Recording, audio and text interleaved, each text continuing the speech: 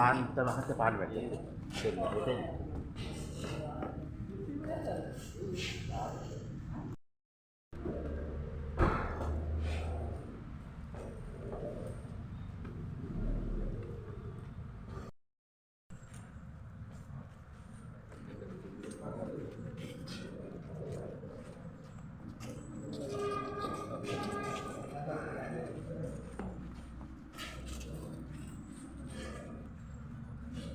මම වසන්ත කුමාරේ බලංගොඩ ආසනයේ මන්ත්‍රීවරයා ජාතික ජනබලවේගයේ අපේ රාජ්‍ය දිස්ත්‍රික්කයේ පළාත් පාලන 17න් 11කට අද වෙනකොට නාම යෝජනා බාර දීලා අවසන් වෙලා තියෙනවා.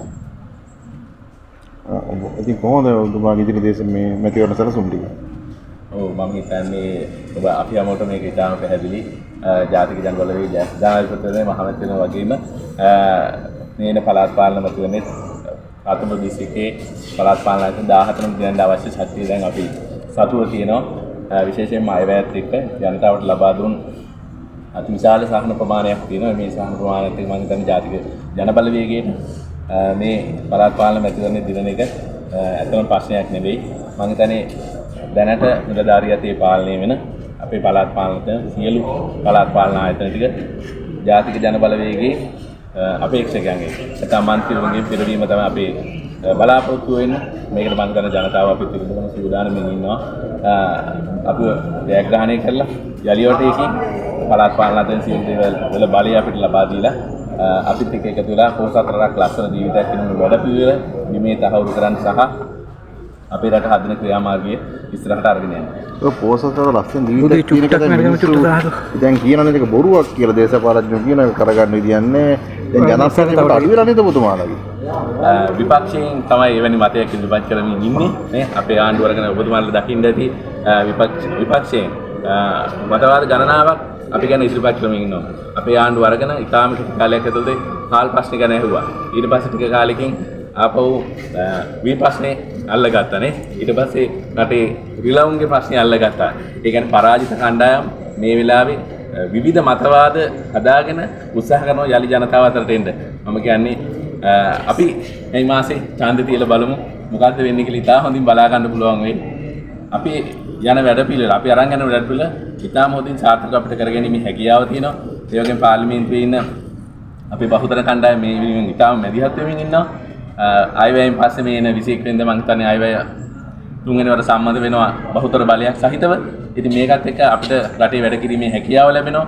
ඉතින් අපිට මෙන්න මේ වැඩ කිරීමේ හැකියාවට තමයි පළාත් පාලන ආයතනවල අපිට අපේ පිරිසක් පත් කරගැනීමේ අවශ්‍යතාවය තියෙන්නේ. රටේ ජනතාවත් ඒක තේරුම් ගන්නම අනිවාර්යයි. මම හිතන්නේ රටේ ජනතාව විපක්ෂයෙන් නගන මැසි වලට හෝ ඒකේ මතවාද වලට අනිවාර්යෙන් අහු වෙන්නේ නැහැ කියන එක අපිට හොඳ විශ්වාසයක් තියෙනවා. ඒ හැමෝමත් එක්ක එකතුලා අනිවාර්යෙන් පළාත් පාලන මැතිවරණයේදී පළාත් පාලනට බහුතර ප්‍රමාණයක් ලංකාවේ අපිට බලය ලබා දෙන බවට අපිට ඉතාම හොඳින් විශ්වාසයි. රත්නපුර දිස්ත්‍රික්කය ගත්තාම පළාත් පාලන ආයතන 17ක් තියෙනවා. මේ 17න් එක් මහනගර සභාවකුත් නගර සභාවක් තියෙනවා.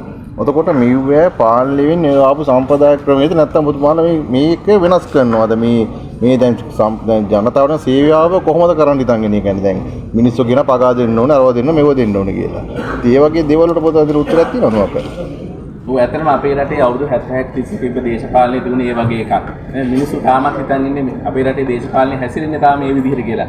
නමුත් අපි ඒක වගකීමෙන් ඉතාම හොඳින් පැහැදිලි කරලා දීලා තියෙනවා මිනිස්සුන්ට මේ ඉතා කෙටි කාලයක් ඇතුළත අපි බලය අරගෙනනේ විශේෂයෙන්ම අපේ අන්තර්සාරක සහෝදරයා අගමැති සහෝදරිය ඇතුළු කැබිනට් මණ්ඩලය විතරක් නෙමෙයි පක්ෂයේ ඉන්න සියලුම මන්ත්‍රීවරියන් සියලු දෙනාම ජනතාවත් එක්ක එකතුලා වැඩ කරනවා.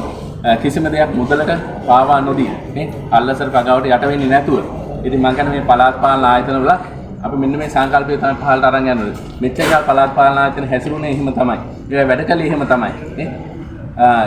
ඉතින් අපිට අනිවාර්යෙන් පුළුවන් වෙනවා මේ මයි මාස දින ඡන්දයෙන් අපේ වර්ගයේ නියෝජිතවරු එකක් මේකට පත් කරගෙන නැත්නම් ජාතික ජනබලවේගයේ අපි වගේ වැඩ කරන අලුත් මිනිස්සු කණ්ඩායමක් පත් කරගෙන එයාලත් එක්ක එකතු වෙලා මේ රට හදන වැඩේ කරන්න.